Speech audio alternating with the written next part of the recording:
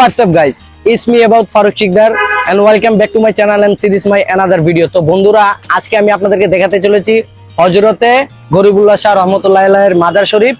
So আমরা যাই, চলুন লেটস গো। তো এই যে দেখুন আমার সঙ্গে রয়েছে আমার ভাতিজা শাহ আলম। তো আমরা দুইজন যাচ্ছি মাজারে। তো আপনাদের যতটুকু চেষ্টা করবো, মানে যতটুকু পারি পুরোটা মাজার রিভিউ করার জন্য এবং বিস্তারিত উনার যত ইতিহাস রয়েছে এবং ঐতিহ্য সমস্ত কিছু তুলে ধরার জন্য। তো আমরা এখান থেকে এখন লেগুনাতে উঠবো আর এখান থেকে ডাইরেক্ট চলে যাব কোথায়, মাজারে। সো পুরোটা ব্লগ দেখতে থাকুন আর আশা করি কিছু ভালোই দেখতে পারবেন। তো বন্ধুরা বরাবরের মতো আপনারা দেখতেই পারতেছেন রাইট নাও আমি এখন রয়েছি গনি বেকারির চত্বরে। এই যে দেখুন এখান থেকে আমরা লেগুনাতে করে কাজের ডরি যাব আর কাজের ডরি থেকে আমরা যাব সেই গরিবুল্লাহ শাহর মাজারে।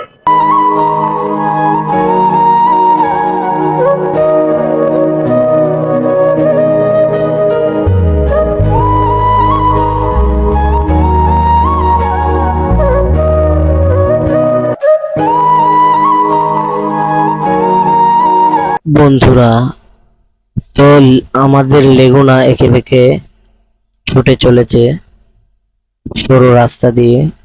তো আমরা এখন বর্তমান রয়েছি জামাল খান মোড় সংলগ্নে। তো আপনারা দেখতে পারতেছেন এই যে দেওয়ালের মধ্যে নানান কবি ও বুদ্ধিজীবীদের ছবি আকৃত। যারা চট্টগ্রামের বাসিন্দা সবাই চিনবেন এই মোড়টিকে। তো বন্ধুরা এখানে বলে রাখা ভালো যে পুরোটা ভিডিও জুড়ে লেগে থাকুন।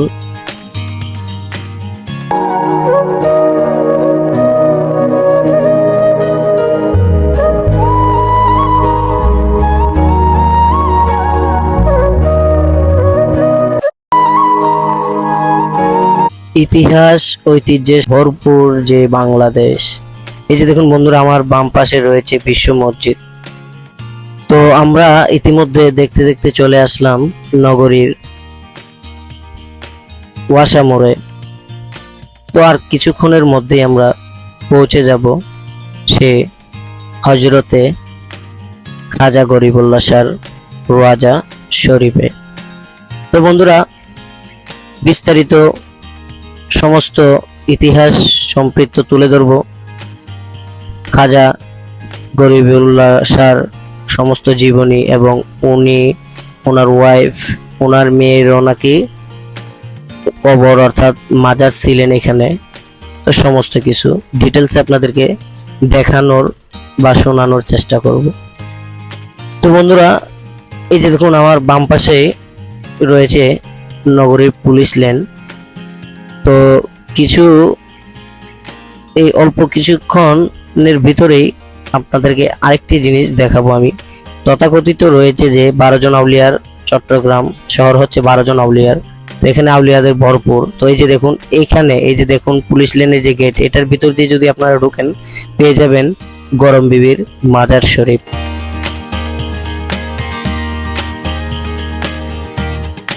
আসসালামু আলাইকুম। হযরতে গরিবুল্লাহ শাহ খাজা গরিবুল্লাহ শাহর মাজার শরীফ থেকে আমি আপনাদেরকে শুভেচ্ছা জানাচ্ছি। আমি ফারুক শিকদার। তো বন্ধুরা আপনারা দেখতে পারতেছেন আমি এখন দাঁড়িয়ে আছি সেই মাজার প্রাঙ্গণে আর আমি এখন বিস্তারিত ওনার ইতিহাস ঐতিহ্য এবং উনি কোথা থেকে আসছে বা কিভাবে আসলো এবং ওনার মাজারের যে কেরামত সমূহ সমস্ত কিছু আপনাদের মাঝে তুলে ধরবো আজকের এই ভিডিওতে। তো পুরোটা ব্লগ জুড়ে লেগে থাকুন আর আমার চ্যানেলটাকে সাবস্ক্রাইব করুন এবং পাশে থাকা বেল আইকনটি বাজিয়ে দিন সবার আগে যেন ভিডিওটি পেতে পারেন। তো চলুন আমার সাথে আসুন, আমরা এখন মাজারটা আপনাদেরকে দেখাবো। তো বন্ধুরা আপনারা দেখতেই পাচ্ছেন এই যে দেখুন মাজার শরীফটা রয়েছে বরাবর মসজিদের মধ্যস্থলে। এখন চলুন আমরা একটু এই মাজারের খাদেম সাহেবের কাছ থেকে এই ওনার এই হযরতে খাজা গরিবুল্লাহ শাহ রহমাতুল্লাহ আলাইহির ইয়ামিন থেকে আসলো, কিভাবে আসলো, ওনার ঐতিহ্য ইতিহাস একটু জানার চেষ্টা করব। চলুন আমরা তার কাছ থেকে একটু জানি, তারপর আমি আপনাদেরকে বিস্তারিত মাজারের বর্ণনাটা দেব। আসসালামু আলাইকুম। উনি তো আসলে এই দেশে অধিবাসী না, এই দেশে অনেক অলিরা আসছে এই দেশে, বিশেষ করে এনারা ইয়েমেন থেকে আসছেন।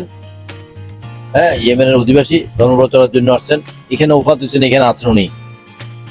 হ্যাঁ, তারপরে এনার এখানে ওনার নিজের স্ত্রী আছে, ওনার এখানে মেয়ের খবরও ছিল, ওটা আমাদের স্বপ্ন দেখাচ্ছে আজ থেকে 100 বছর আগে। এটা কি 100 মিশাই দেওয়া ছিল, ওনাকে বাঘেই পাহারা দিত অলমোস্ট, কারণ এখানে তো অনেক, এখানে তো জনমানবহীন শূন্য এখানে। না না উনি জনমানবহীন শূন্য জায়গা এগুলা। হ্যাঁ, ওই পাশে ব্রিটিশের সময় এসে পাশে, যেটা এখন ঢেবার পার বলে, ওইখানে আর্মস অ্যামিউনিশন ডিপো ছিল। এটা আমি নিজের জীবন দশায়ও দেখছি। এই কামানের গোলা বারুদ, ট্যাঙ্ক, ওগুলার গোলা বারুদ গুলো আমি দেখছি নিজের চোখে এই বয়সে। তারপরে এখানে তো মানুষ জনশূন্য ছিল, কোনো মানুষজন আসতো না, ওনাকে বাঘে পাহারা দিত। তারপরে পরবর্তীতে এসে এখানে একটা পুকুর আছে নিচে, অসুস্থ মানুষজন, বিশেষ করে বাচ্চারা অসুস্থ হলে, কাজকর্মে বিমুখ হলে মানুষ, আয় রোজগার বিমুখ হয়ে গেলে মানুষ এসে এখানে গোসল করে, যে কাপড় পরা থাকে ওইটা খুলে পুকুরে এসে এখানে জিয়ারত করে। হ্যাঁ, এটাকে একটা বাংলাদেশের সব লোকের মুখে এবং চিরাং না সারা বাংলাদেশে একটা প্রচলন আছে যে খাজা গরিবের বন্ধু, টাকা পয়সা চাইতে হলে ওনার কাছে আসো।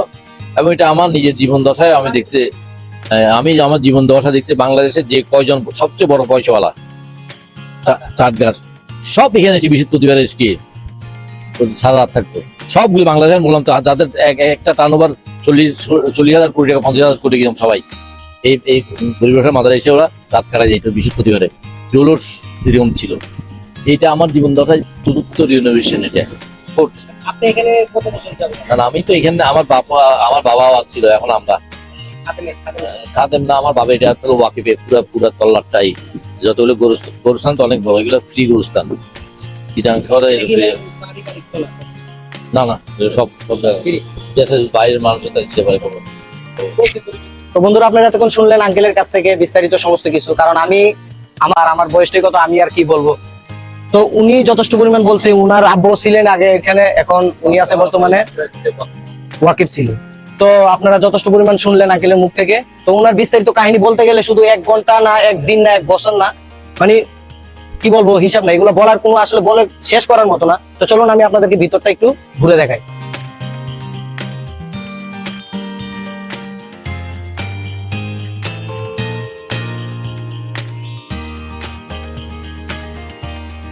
এ যেন এক অন্যরকম অনুভূতি, চোখ জুড়িয়ে যায়, প্রাণ ভরে যায়, হৃদয় শীতল হয়ে যায়। আসলে বন্ধুরা, মাজার আসলে অন্যরকম একটি অনুভূতি মিলে, হৃদয় সিদ্ধ হয়। তো বন্ধুরা, এই যে দেখুন কতটা মন মুগ্ধ করা দৃষ্টি, অসাধারণ। এক কথায় সুবহানাল্লাহ, আল্লাহু আকবার। অসুন্দর, অতুলনীয় সৌন্দর্য আল্লাহর দান। তো বন্ধুরা, বলে রাখা ভালো যে এইখানে উনি এবং ওনার ওয়াইফ সাহিত্য রয়েছেন, এবং 100 বছর আগে এইখানে ওনার মেয়েরও মাজার ছিলেন, অর্থাৎ কবর ছিলেন। এটা মানে স্বপ্নে খাদেমকে দেখানোর পর এটা মিশিয়ে দেওয়া হয়েছে।